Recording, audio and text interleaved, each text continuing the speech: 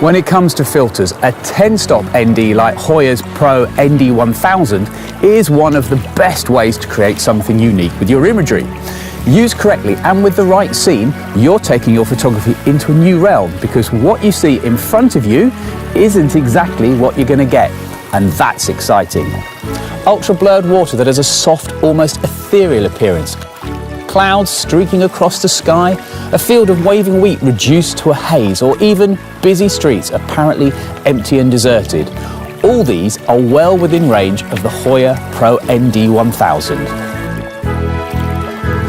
In theory, you could hold back a lot of light with a cheap glass from a welder's visor, but optically you'd massively degrade the image quality. With Hoya, the biggest optical glass manufacturer in the world, you get top quality optical glass.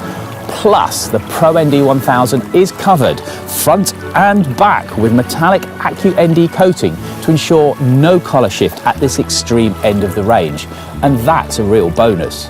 Look how dark this filter is. You can't see through it, which actually means you need to work a little differently from standard ND filters when using it.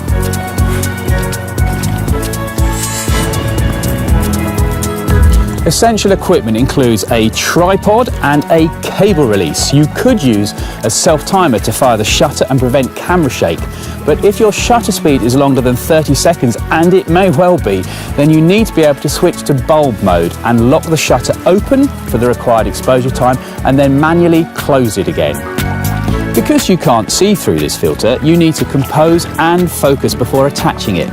Once the Pro ND1000 is in place, you can't see anything through the viewfinder either, and that makes composition and exposure a bit tricky. Here's what you do. Compose your image without the filter attached. Take a meter reading too at the aperture setting you want. This scene is a 30th of a second at f/16, and we need to remember the shutter speed for later. But first, we want to make sure the image is focused as we want it, and instead of using autofocus, I'm going to do this manually. This means once it's achieved, the focus point doesn't change. Now, back to that exposure of a 30th of a second at f/16. You need to allow for a 10-stop reduction in the shutter speed and can count back manually, or to save a bit of brain ache, just use Hoya's supplied chart or a third-party app. In this case, using the Pro ND1000, the shutter speed duration has increased to 30 seconds, and working in manual mode, we can dial this exposure in.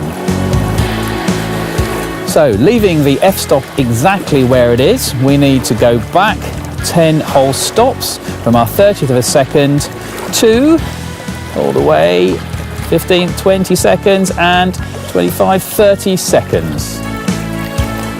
So to recap, we've composed our image, we've focused manually so AF is switched off, and we've metered for the scene without the Pro ND1000 on, and then worked out what the exposure will be when we put it on.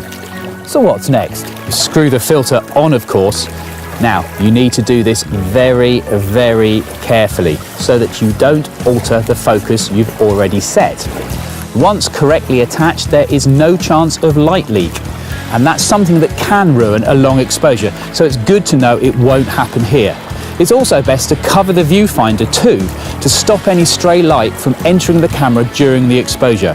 As we're on 30 seconds, I can just fire the shutter with my cable release and let the camera do the work.